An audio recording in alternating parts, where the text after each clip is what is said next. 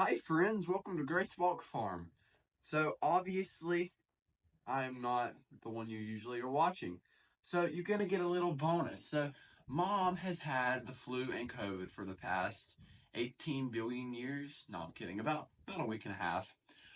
So I'm taking over because she's insanely stressed to do this class. So I think she said we're drying herbs today. So these kind of look dry. Um, so let's just get into it. So you're going to take this one. It looks like grained grass. You're going to take it. Then you're going to take this one, the fuzzy looking one. You're going to put this one here. Now, the secret ingredient to drying herbs. It's so simple. You don't need all this fancy stuff that you see on Grace Walk Farm's website. You don't need that stuff. Get you an old handy dandy hair dryer. Listen, if it can dry this head of hair, it can dry these herbs pretty easily. I'm just saying. So you're gonna get your hair dryer.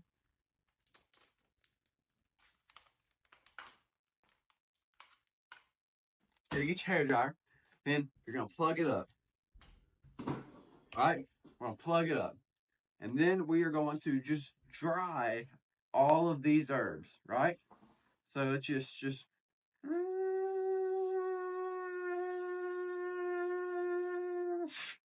okay, so now that the herbs look to be more dry, like see, see the little dent right there. It's a little. What are you doing? Hey. What? Are you recording? Hi guys. So what are you I doing? realized that you can't dry herbs with a hair dryer. It's not even plugged in, making noises with your mouth. So I guess that means you need to continue paying for this course and watching this class to learn the real way to do it. I'm cheap and I live with her, so I don't have to pay. I can just be like, hey, teach me how to do something.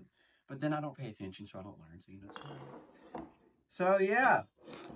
All right. Yeah. So you taught them how to dry herbs. They know exactly how to do it. You don't even have to do this. They know everything. You guys got it covered?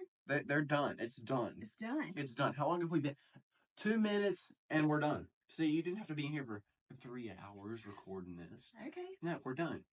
All they have to do is go get a handy dandy hair dryer and dry their herbs and get their fuzzy leaf looking thing and the grainy grass looking one. Well, and if they're feeling extra dangerous, if they're feeling like an extra bad boy, then they can get this one, the dead clover one. That's honeysuckle. No, it's dead clover. So dead clover. It's a dead clover. So if they're feeling extra spicy, they can get that one. Okay. So they're done. It's all done. So I'm glad I could help you today. Well, thanks for teaching my class. Yeah. I guess we're going out to lunch. Bye, friends. We're going to get some Mexican food. Hey guys, just kidding. We didn't run off for lunch. Still going to teach you a class since I don't think Walker's hairdryer method is quite going to cut it for drying your own herbs at home. But he sure is cute, isn't he? So, welcome back. It's been a minute since we have been together as an Extra Grace family. I appreciate your patience with me as I spent most of the month of January sick. But I am feeling better and we are back on schedule with our normal classes. So this will be your first class of this month if you were a member of Extra Grace. And if you bought the Holistic Health Bundle in January, you're receiving this class as a bonus, as a thank you gift. And if you enjoy it, I would invite you to check out our Extra Grace membership. You can send me a message and I will send you details, or you can go to gracewalkfarm.org and learn more about Extra Grace and everything included in our monthly membership. But for today, we're talking about drying our own herbs. So many of us are already sort of tinkering with herbalism, growing and using some medicinal plants at home. And I want to equip you to learn to dry your own so that you can grow your own herbs and not have to order them or outsource them, because I truly believe they're going to be the most powerful for you personally if they are growing on your land. There is something to that. And I can tell the difference in how a plant works if I get it from a friend grown at their home versus grown here. I think energetically there is a difference. Just my theory. But that being said, I want you to be equipped to grow and dry your own. So let's talk about how do you dry herbs. You've got a few different options, okay? We're going to talk about several methods. Now, this morning, I went out to my garden and I harvested a basket of herbs. And honestly, we don't have a whole lot of variety growing at the beginning of February for me to show you. So I have two things here. We have some sage. That's what this one is. And then I also have some horehound. We have feverfew that is still growing in the cold weather, but not a lot of it. So I didn't want to harvest off that one. That's a young plant still getting established. So, but this is the horehound. And as you can see, the stems on the horehound are a little shorter than the stems on like the big sage. But both of these can be dried at home. So let's talk about how you go about doing that. Now, if you are harvesting herbs that have a good stem like this, my favorite, easiest, simple, no-cost way to dry is to hang them in bundles upside down. So what you're going to want to do is check your little stem of herbs, and you're going to take off anything that is damaged. So there's just a few little leaves on here that look like they had some damage. The rest look good. And you are going to make sure you've got a good little grabby stem at the end with no leaves on it. I don't know how well you guys can see that. Hopefully you can. And then you can actually make a little bundle. Okay, we're going to repeat that process with a second stem. Remove anything damaged or anything that looks not great. And we're going to clean off anything that's near the bottom of the stem to give us a good little hanger to hang from. Okay, so typically I will take 2 to 3 stems at a time, and we're going to put them together in a little bundle. Now you can tie this with twine, you can use a rubber band, a zip tie, whatever you like. I typically just use garden twine for this. You're going to tie it together and then tie a little loop on the end so that you can hang it. And in my kitchen window behind me, I have command strips all across the top. So during the summer months, you will always see bundles of herbs hung in my kitchen window, also my dining room window. We have little hooks all over the house, and we always have herbs hanging because that is the most easy, hands-off way to dry herbs quickly. Now, how long it takes will depend on what you're drying. So I would say as a general rule with hanging, usually 1 to 2 weeks and your plants will be dry.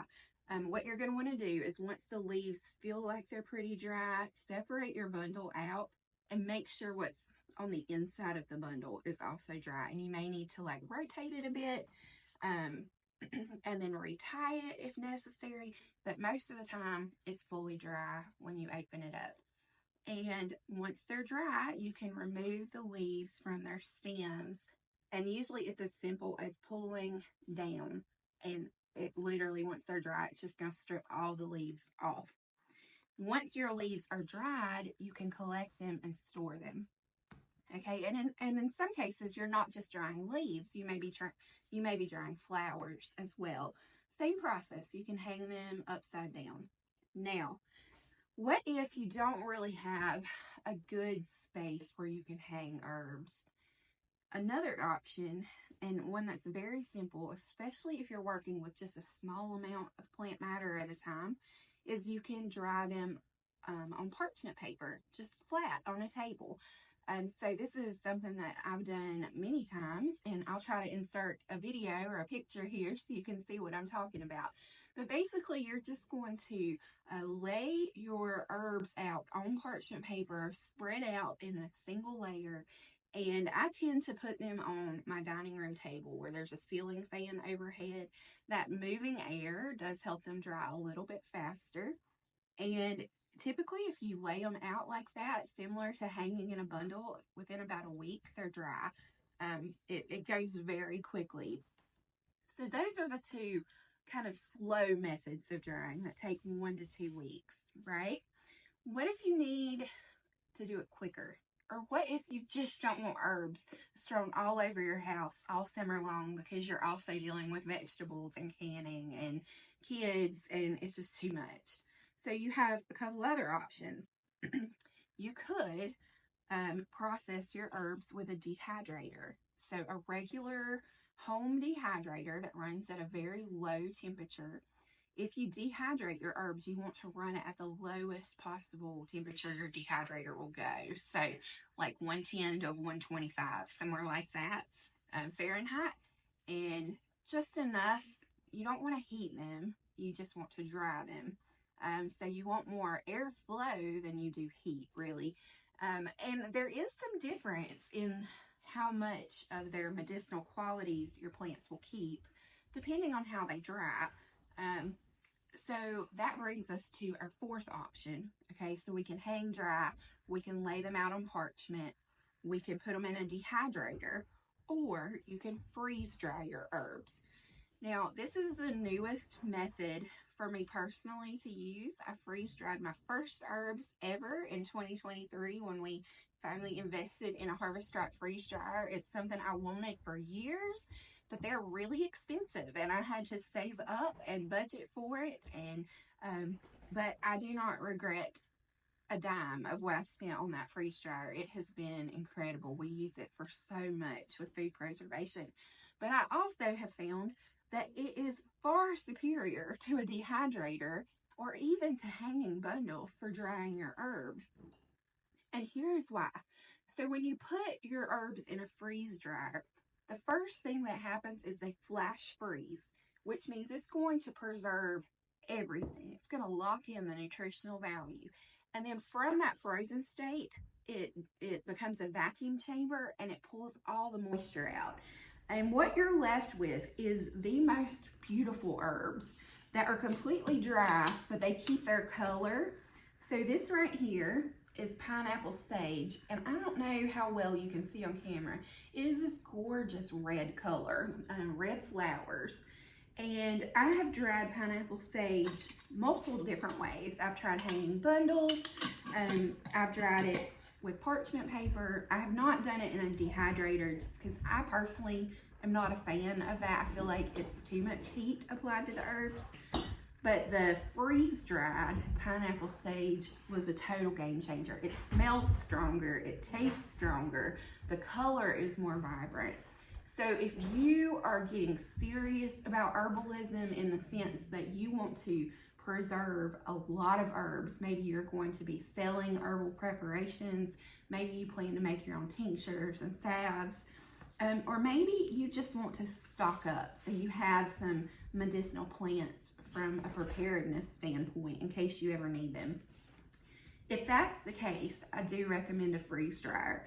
And I will just throw it out there. They are doing a massive Valentine's Day sale. They brought back Black Friday pricing from last year for Valentine's Day. So for the next week, I guess, you can actually get a pretty huge discount on a freeze dryer. And if you're interested, I will drop the link in the description of this video and you can see which one I've got. I have the medium size and I've been very, very happy with that so far. All right, so let's continue. So those are some basic methods for drying your herbs. You can lay them out on parchment paper, you can hang them in bundles, you can put them in a dehydrator, you can put them in a freeze dryer. Any of those methods will work. Once they're completely dry, the next step is to store them.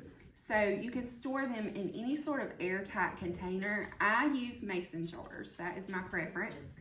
And you just want it to be airtight. I do not do a vacuum seal on the mason jars.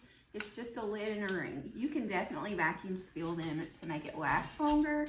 But I mean, honestly, like I'm in these jars on the daily making teas, or I'll pull out a blend to use for a bath tea, or we just use herbs constantly, cooking, all the things. So mason jars work really well for our family. And we just keep a little shelf in our dining room, and that's my apothecary shelf where all of our medicinal plants live once they're preserved. So Now, let's talk for a minute about where to get seeds and plants for medicinal herbs, because I know some of you have asked me in messages and even in the group, like, where are you sourcing your herbs? So I'm going to show you. This is my binder here of all of my herb seeds. Now, I grow a lot of my plants from seed, and you'll see in my binder, I have seeds from lots of different companies. So I'm just going to call out to you where I have personally been buying my herb seeds from. So In My Gardener has a lot of options. I found dill, spearmint, lavender, St. John's wort, toothache plant, oregano, lemongrass. From Hoss Tools, I bought stevia seeds this year. I'm going to try to grow my own stevia, which is a natural sweetener. You can check with, let's see, Fairy Morse. I have some peppermint seeds from them and some chamomile from them. You can also check with Baker Creek Seeds. They are an heirloom seed company. I'm a big fan of Baker Creek. Ordered quite a bit from them. And then here is the company that you need to know about if you're interested in herbs, and that is Strictly Medicinal Seeds. Now, this is what the envelopes look like. They're not fancy, there's no bright pictures, but they are excellent seeds. They germinate well. They include really great instructions for how to start these herbs from seed, and all the information you're going to need, really. So I spent probably $200 on herb seeds in the winter of 2022, and I have preserved a few in the freezer for long-term storage, and the rest I am adding to my garden. So I started out, I planted about half of the seeds I'd invested in last year, and I learned about those varieties, and then now this year I'm going to add even more. So those are some companies that you can look at to find herb seeds, and if you need links to any of those, just leave a comment below and I'll be happy to let you know where you can get to them at. So that's the basics on how to dry your own herbs at home. Now, before we wrap up, I do want to show you a couple other resources that I think will be helpful. And these are just some books. I love a book in hand. Now, you guys know that I'm big on online courses too. You guys know I sell an online course, our garden school course.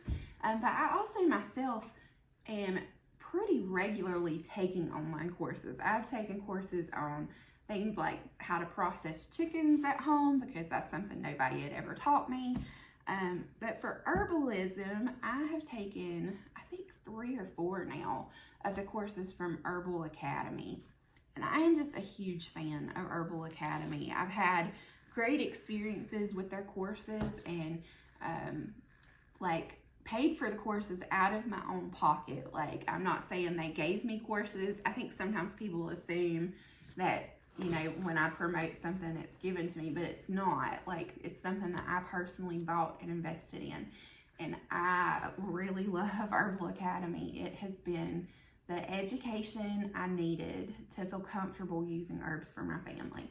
So I'll give them that little plug there, but this is a book from Herbal Academy. They actually have books that you can buy if you want, like, a book in hand, in addition to their online courses. So this is actually a botanical mixed drink recipe book, which is so fun. It's got drinks in here that are, you know, alcohol or non-alcohol. We're not big drinkers, but some of these are fun, and they're ways to use your herbs. So for instance, let me find the Kentucky Mint Refresher. That sounds great, right? A lemon balm martini. And like, you can totally make this and leave out the alcohol. And it just gives you another way to use your plants. So there you go, Botanical Mixed Drinks by Herbal Academy. This is actually the first book that I ever purchased about herbs, and it is from Rosemary Gladstar, and it's called Medicinal Herbs, A Beginner's Guide. You can get this one on Amazon. It includes 124 different recipes things like a cayenne rub for creaky bones.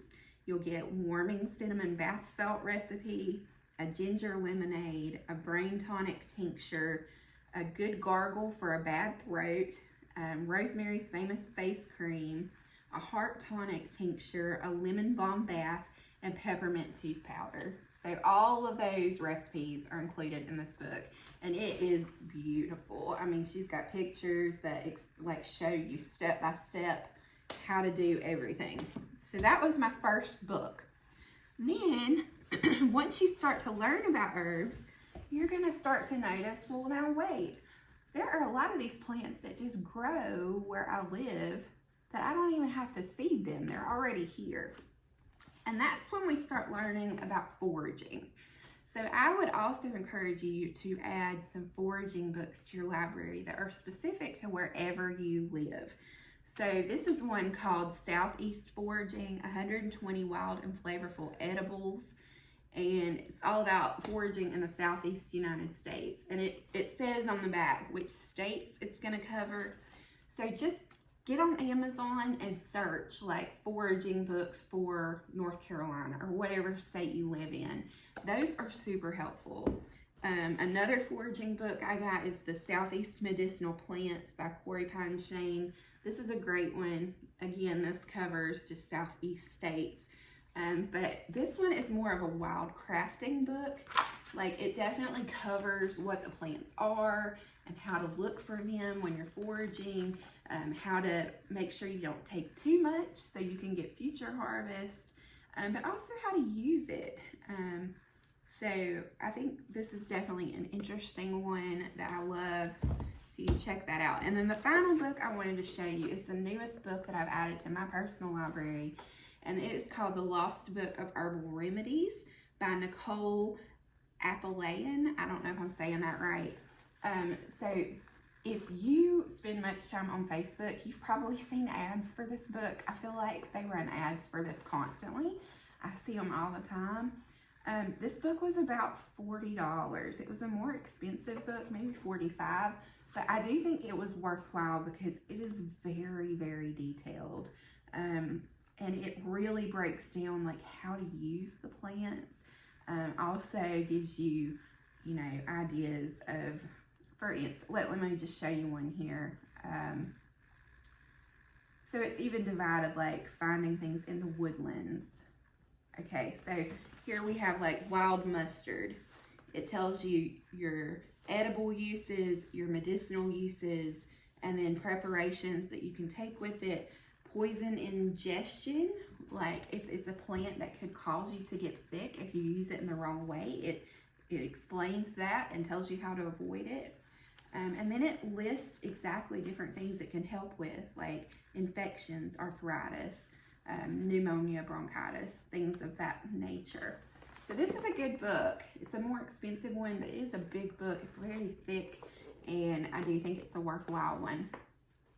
So there you have it. There's a little look at how to sort of enter the worldwide or the world of medicinal plants as a home gardener. You can start to add them on all to your vegetable garden. And the best part, I think, one of the coolest parts anyway, is not only are your plants medicinally beneficial for you and your family, but they're beneficial for your vegetable garden because a lot of these plants act as natural pest repellents. So they're protecting your vegetable crop and also giving you medicine for your family. Like, it's a no-brainer, right? And if you're not sure which plants to start with, I would recommend you start with basics. Like culinary herbs also have medicinal benefits, things like rosemary, sage, oregano, thyme. Start with those, the ones that you've heard of before, and really start to get to know them, research them, try to grow them yourself this year, learn to cook with them, and then you can start to learn medicinal preparations like making teas and tinctures and infusions, and there's just a whole new world that you can start to learn. So thank you for hanging out and talking herbs with me today, and I hope that you will give this a try at home and that you will try to grow and dry your own herbs this year. And yeah, stay tuned. We've got another workshop coming up for February. We are going to be doing a class on bone broth, specifically how to make your own bone broth and how to preserve it, how to can it. So that will be coming up. I'll send that video out here in about a week. So we'll space it out. We'll give you this video for this week, and then we'll hit on bone broth at the end of the month. But it's going to be a big month because we also have a Homestead Summit at the end of this month, and that's going to be a whole new opportunity to learn some free information on gardening. So be watching for that. Make sure you're following on Instagram. I'll be sharing updates there about the Homestead Summit and all the fun things coming up this spring.